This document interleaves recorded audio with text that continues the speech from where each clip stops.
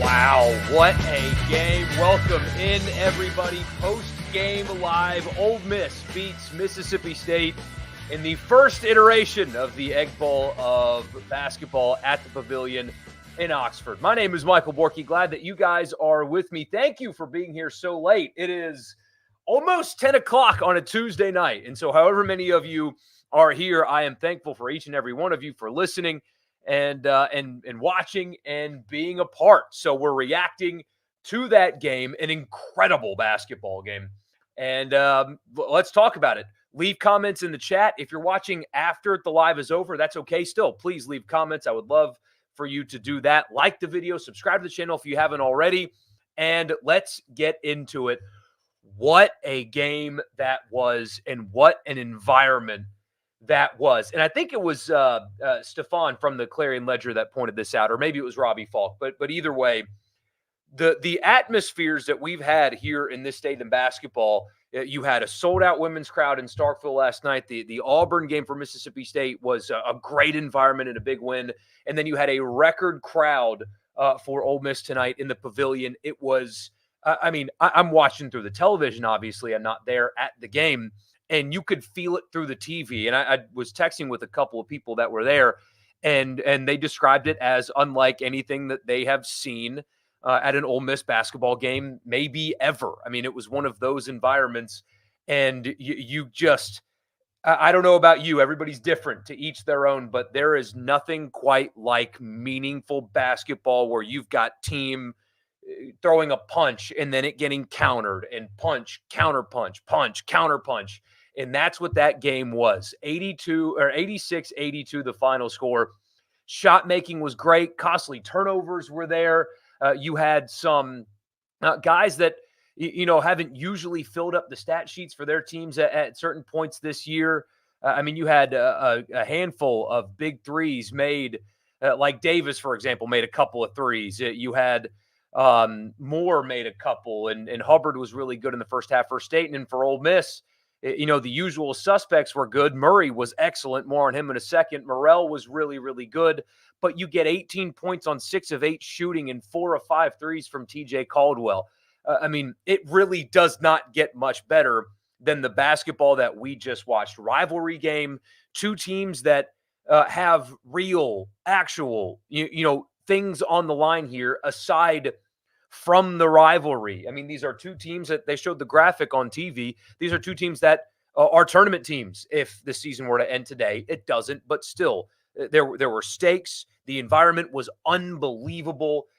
Guys made plays, and you had a nail biter all the way down to the end. Incredible game, incredible environment. I just absolutely love basketball when it looks and feels like that. So I'm jacked up right now. I can't wait for the next installment of this game in Starkville. But Ole Miss is the winner tonight, so they're going to dominate the conversation, as you can imagine, because they were exceptional. Let's get a few thoughts out of the way, and then I'll get to your chat for as long as you guys are willing to hang out. First of all, Caldwell is going to be the story for Ole Miss. Again, 6 of 8 shooting off the bench, 4 of 5 from three-point land. Buried his 2 free throws right there at the end of the game to end the game. That ended the game, making those 2 shots. And that's Ole Miss in back-to-back games now, with the game on the line, stepping up to the free throw line. And that's 4 different guys now burying 2 free throws that they absolutely had to have to seal the end of a very important game. He was great. He was absolutely great. Had a couple of steals as well to go with his exceptional night. So he's going to be kind of the focal point for Ole Miss. But you got to highlight the game that Jalen Murray had. He was spectacular tonight. He had 21 points, 11 assists, and that's the thing. That's the beauty of his game. It's not the 21 points. It's not the making 4 3-point shots tonight. It's the 11 assists. When he was able to dissect that Mississippi State defense, the way he was, he's obviously really good off the dribble and getting better and better as the season goes on at it. But what he was able to do to an objectively great Mississippi State defense, that is a great defense that State has. They guard the perimeter really well. That's a good basketball team for Mississippi State. That is a good team. And what he was able to do because of his passing and how good and efficient and creative his passing was, he was seeing the entire floor tonight, obviously with 11 assists, but because he passed so well, defenses couldn't collapse on him when he attacked the basket, and he was able to get some easy looks at the rim as well. So he created for others, and because he created for others, he was able to create for himself. He was good defensively, and I know there's the size limitation, but he did some good things defensively as well. And so he's the player of the game, I think, even though Caldwell again is going to be the story from the game for or for Ole Miss. So Brakefield added 10, had a big 3-point play there early, but I mean this game was about what we expected. Maybe not this high volume of points, but both teams in the first half did different things poorly. Mississippi State didn't protect the basketball very well, turned it over a lot. Ole Miss didn't shoot particularly well up until right before the end of the first half. Ole Miss came out really, really hot to start the second half. Mississippi State, though, didn't go away. They made plays and to climb back into that game and had a lead there for a period of time, and the home team got it done. So really just incredibly fun. That is how that game is supposed to feel. That is what that game is supposed to look like. I'm going to keep going back to that because I know what meaningful basketball can look and feel like in the state of Mississippi, and that's what we got tonight. So really fun, really, really, really fun basketball game. Mississippi State's got to get better at the free throw line. I mean, missing key free throws again was a problem for them. 14 turnovers to Ole Miss's 7 turnovers. Shot the 3-point ball well tonight, though, did Mississippi State. Outshot Ole Miss from 3-point land, which is not something that many teams are going to be able to say. State shot 54%, Ole Miss shot 51%. I mean, you had good shot making. You had everything. My only complaint is I thought that the officiating was a little too soft. You had a really bad foul call on Matt Morrell there towards the end of the game, but I mean, we didn't really get a chance because Cisse was in foul trouble. Flanagan was in foul trouble. Tolu was in foul trouble. And a lot of those calls I thought were pretty soft. And other times that, they would allow a lot of body contact. And then the next time down the floor, it was a little soft. That's my only complaint about the game tonight is just, I thought that it became a ref show there for a little while in the second half. And I didn't like that. But oh well, that is what it is. So we'll get to your comments now, and I appreciate you guys being here. And let's get to it. T says cardiac kids or something. The or something might be. And look, I don't know if this is actually what it is or not, but this Ole Miss team won all of their non-conference games, right? But it wasn't pretty, especially early. They had to play and win a lot of close games. And at the time when we talked about it, it was, are you an optimist or a pessimist? An optimist would say it's a team that has not done a lot of winning lately, that has figuring out how to win, and they're making the right plays at the right time to win these games. And so even though the competition is bad, good teams find ways to win, especially in basketball. But the flip side is, why on earth are they playing close games with Detroit Mercy and Sam Houston State? Turns out that ended up being the valuable experience because this team for 2 games in a row executed better than their opponent in a close game. And maybe it has nothing to do with those close games early in the season, or maybe that's a huge part of it.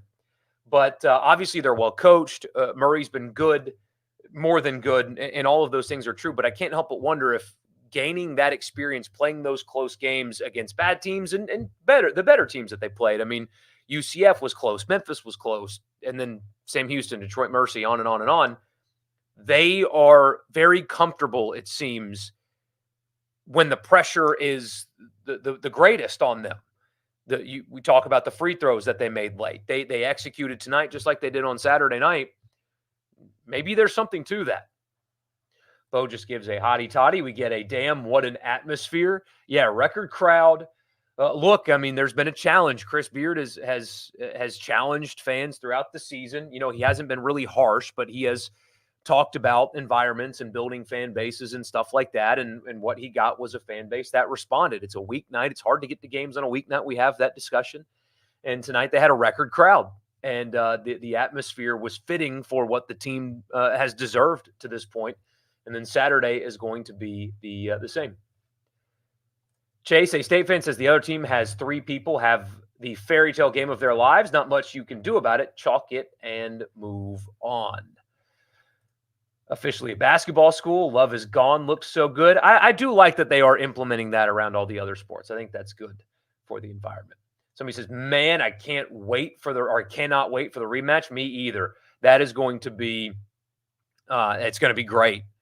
And I expect State to continue to play well and continue to win. And so that environment's going to be quite good, just like this one was. And we get to do this all over again. It's going to be awesome. Talk about carving up a defense. Was one of the best in the, you say secondary. I have a feeling you're trying to say country, but I hear you. I mean, scoring 86 points on Mississippi State is quite an accomplishment. I know it's at home, but still, that is quite an accomplishment. That is a very good Mississippi State team. And their last time out, they were able to force Auburn to play their style. And Mississippi State had to play Ole Miss's style tonight. And they did it well, to their credit, but not well enough, as it turns out. What could State be if they were not embarrassing at the line? My goodness. Yeah, they've lost games at the free throw line multiple times this year. That has got to get better. That is all mental. It's just a mental thing. And, there are guys that are not good free throw shooters and stuff. I understand that. But when you're missing the volume of free throws that they miss, it's a mental thing. And they've got to get that figured that out. So for all the hate the transfer portal gets, it's cool to see a team be able to rebuild quickly. Makes the sport more fun. I mean, doesn't it? It just, you don't have to suffer through years of misery if you make the correct hire. It's almost like not everything about the portal era is bad. Chris Beard took over a roster that was not anywhere remotely close, not anywhere close to being competitive like this, adds a couple of important portal pieces.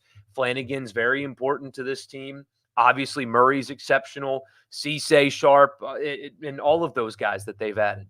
And because of that, they're in the position that they're in right now. I'm with you, Bo. I think that there are examples of it being bad, but not everything about it is bad. And Ole Miss basketball 2023/24 is a perfect example of that. Caldwell was clutch, looked comfortable as well. That's the thing. It looked like he wasn't afraid. And also a couple of those mid-range shots that he made. That's a difficult shot and it's a lost art. And he looked comfortable doing that. So the pavilion was rocking. Great to see basketball this year, the men and the women. Absolutely. Not to mention the mop guy. The mop guy is an electric factory. That guy, and he does that every game. Like he is electric like that every game. But man, you've got to have people like him around your program. I don't even know what his name is. I wish I knew what his name was, because he's awesome, man. I mean, talk about just enjoying what you're doing, right? I would assume doing what he's doing means that he wants to get into coaching of some kind or work in sports, right? If you're doing that, and I mean, he understands his responsibility, and it's hilarious. I mean, he even he was even after the one student threw a pom-pom on the court. Forgive my language, dumbass. Come on, man. I mean, what are you doing? You could have cost your team points in a 2-point game. Like that's how stupid that is.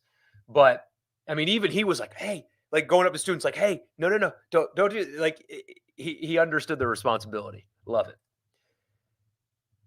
You don't know if you can call State a good team, honestly, and that's not hyperbole. You can't be a good team and shoot what is now going to be sub 50% from the line in league play. I disagree with you. I disagree with you. I think that I think Mississippi State is a good team, and it's evidenced by their wins over Auburn and Tennessee. Great game. It was just exactly what we were hoping that game would be. SEC delivered some good basketball tonight, premier product. And the offenses are getting better, Ben. I mean, that's kind of You look around college basketball and you don't always get great offense. And for me as an NBA fan, I enjoy watching NBA basketball because the plethora of scorers, and just how creative some of these guys are and how they can score the ball.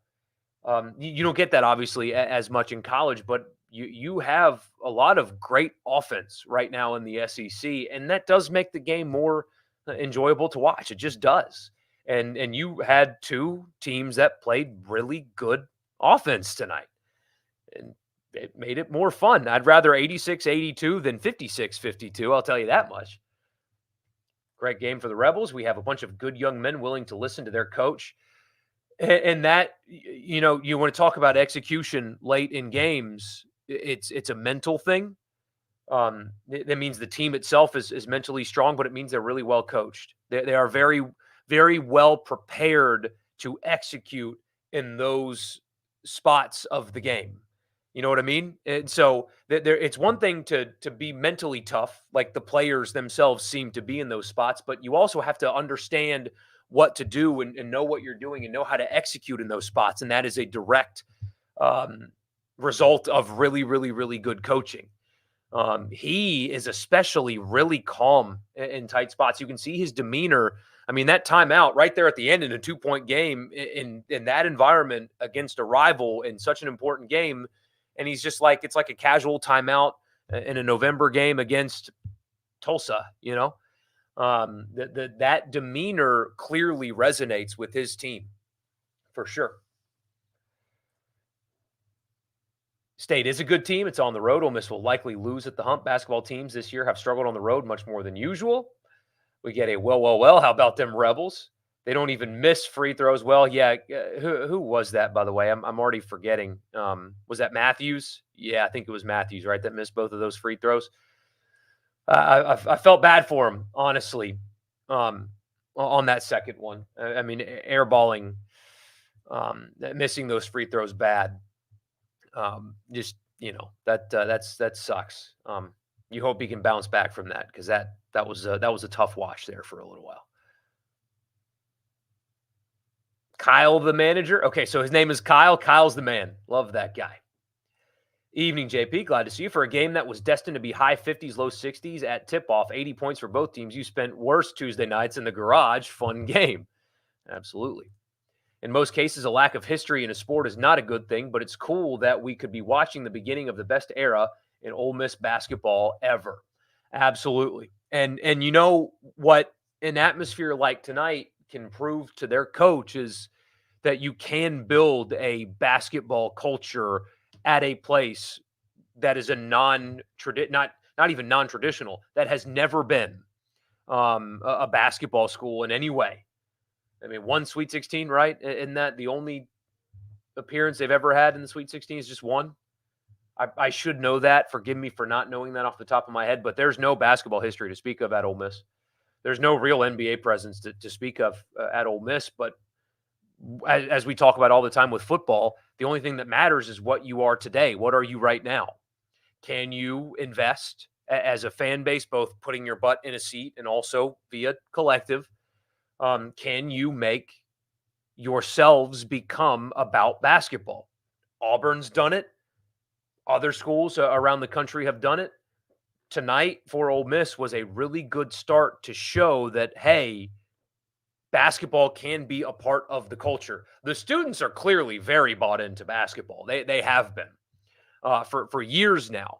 Everybody else has to catch up to the students when it comes to it being a part of the culture. And tonight was one of those nights that can really go a long way in establishing that, especially when you get a crowd like that and you win that game. So I assume of the 10,600 or whatever, there were people there that don't go to basketball games very often. That's just, how numbers work out. There were people there that don't invest in basketball, and that's okay. You can't invest in everything, but there were people there, I assume, that weren't invested the way that some are. And they got to go to that game, watch the team play well, win a great game, and now they're leaving the arena with a different feeling. And so that can start building and creating a culture of basketball support. Beard wasn't wrong when he said someday it's going to be hard to find a ticket to get into an Ole Miss basketball game. Having the largest crowd in Ole Miss basketball history says something. And depending on what they do with the students, if they let them in Saturday, could at least match that number, if not break it. You went to Ole Miss basketball camp, and the mop guy has one of the greatest personalities you know. He certainly looks like it, man. He really does. You remember when Beard said that he came to Oxford to win, and he's not going to apologize for that? He meant it, didn't he? He absolutely meant it. I mean, 18-3 and 5-3 in conference. There's no path. If we would have had this conversation in October as they were getting ready for the season, and you would have, if somebody would have predicted to me 18-3 and 5-3, I would have been like, hell no. No. What are you talking about? Let's be realistic here, because that's not going to happen, is how I would have responded. And as always, it shows how much I know, which is very little. But that would have been my response is, stop. Come on, let's be real. Let's be honest, because that's not really fair to the team to expect them to be like that. That's what I would have said, that it's not fair to have that expectation. And look at where they are at the moment. So when that pom-pom hit the court, you think your heart stopped for a second, felt like they were going to see some egg skip bowl drama. Yeah, look, I mean, they got lucky. They got lucky. If it would have been more, could have assessed a technical. I mean, Chris James was asking for it, and he should have. Whoever threw that got lucky that he was alone. And also, I don't think he should be like kicked out of games forever, but he should be forced for every game for the rest of the season that he goes to sit in the very upper corner of the upper deck by himself every game. Let him back in the arena, but make him sit up in the upper corner, the worst, literally the worst seat in the house every game for the rest of the season by himself. He cannot bring a friend, can't bring his girlfriend, got to sit up there alone for the rest of the season. That should be his punishment. That atmosphere could be enough to keep Beard for a bit. Just keep doing that. Prove that you can do it at Ole Miss. That's what you have to do. That's what's happening in football. Because your football coach didn't believe that you could win and build even a 12-team playoff caliber roster at Ole Miss when he took over. I don't believe that. I don't know that for sure. You know, we're not buddies. I don't talk to him. But I would bet if you asked Lane Kiffin, can you have a championship caliber roster at Ole Miss? He would have told you no when he first took the job, when he was there in 2020 and 2021. I bet he would have told you no. I bet he's got a different answer for you now. Yep, one Sweet 16. You think Keith Carter should get a statue before anyone? His department's humming right now. Yeah, Ole Miss's basketball record, 1,374 and 1,364.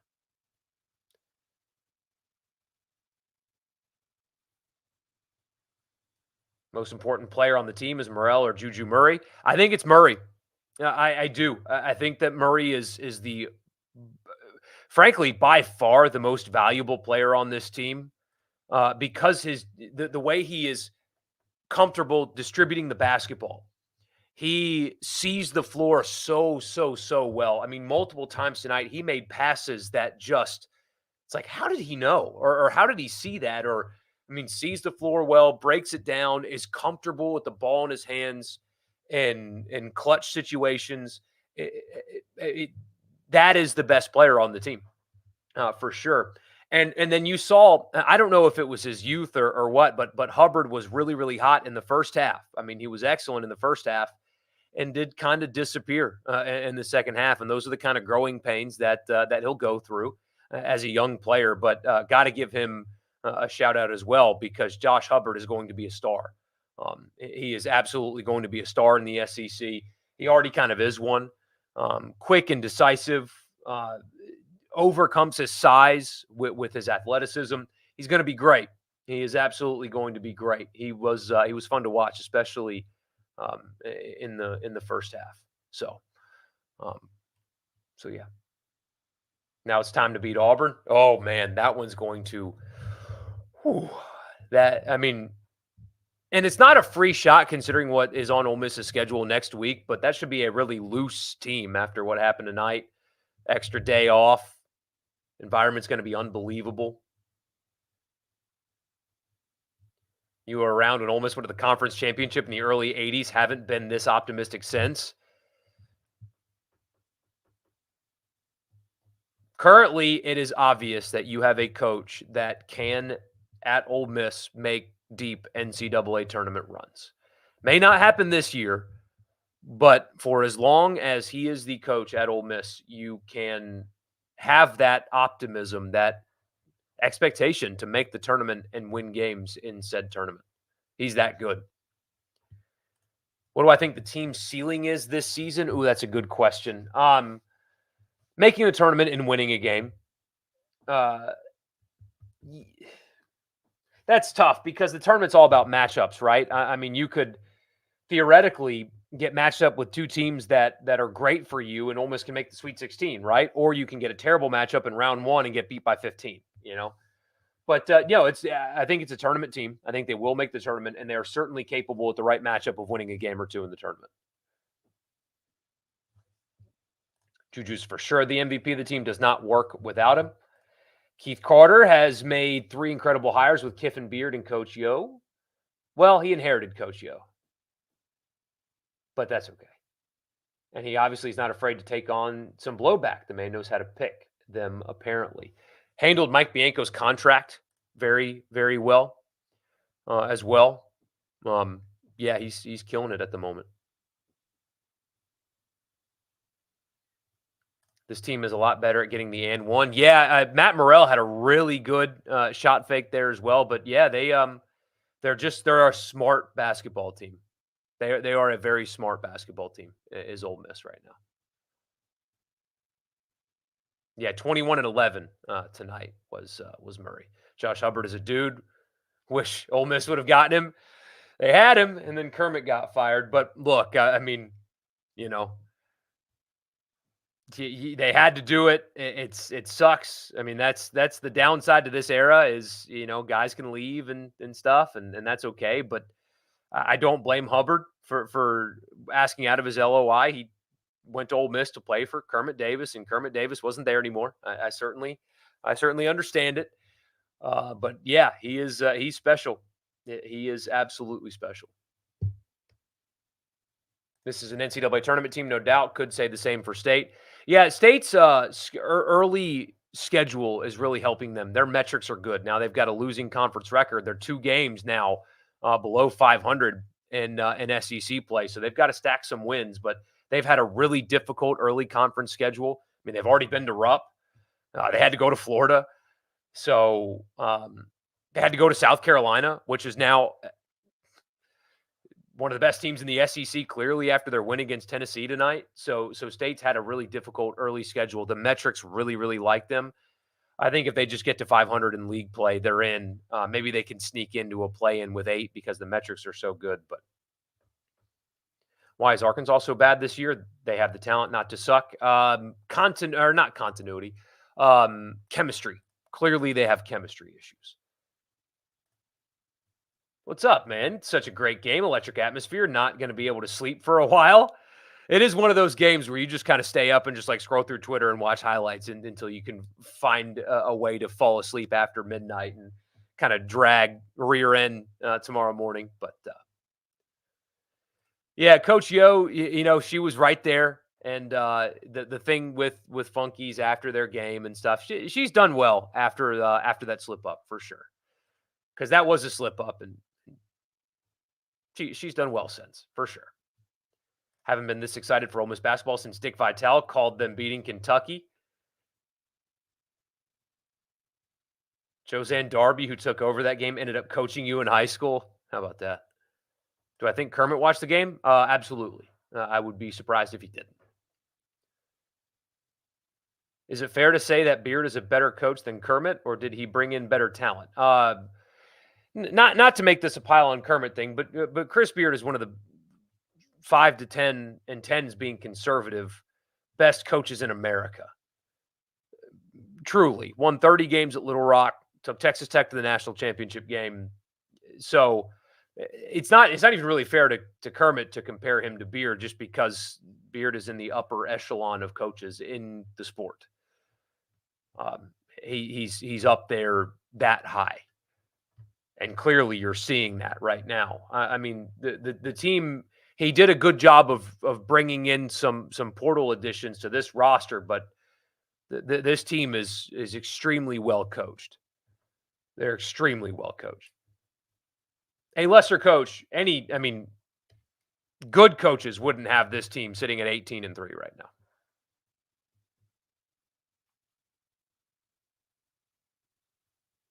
If Ole Miss wins enough, you think they could be the quietest single-digit loss team? For sure, for sure. Arkansas sucks at everything. Yeah, they better hope baseball goes well because it's a disaster right now. Chris Beard apparently just said one of the best atmospheres in college basketball tonight. Sounds like I'll have to go listen to it after this, but sounds like you guys got his attention.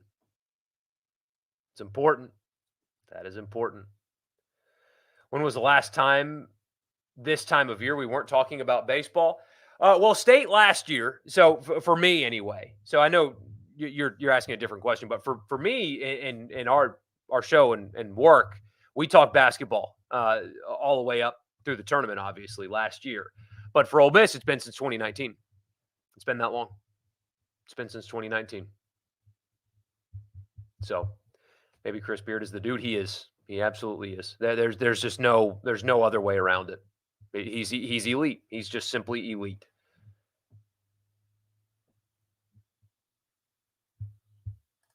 You know, college basketball lacks this year for the men's side, that mammoth 1-2 loss team at the end of the regular season that when they lose, it sends shockwaves. Yeah, I haven't thought about that. At all. I'm enjoying, the teams around here so much. I haven't even really thought about the national profile of college basketball. I need to lock back in.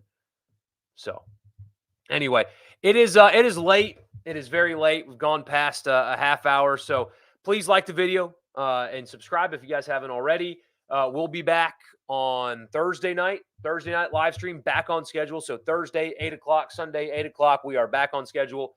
We'll get ready for the weekend of basketball. I know football stuff is going to come up because it always does. And anything else that you guys feel like talking about, we will do that then. So I'll see you on Thursday night. I'm going to upload this to the podcast feed, and then I'm going to go to bed. So I appreciate you guys. I'll see you on Thursday night. Y'all be good.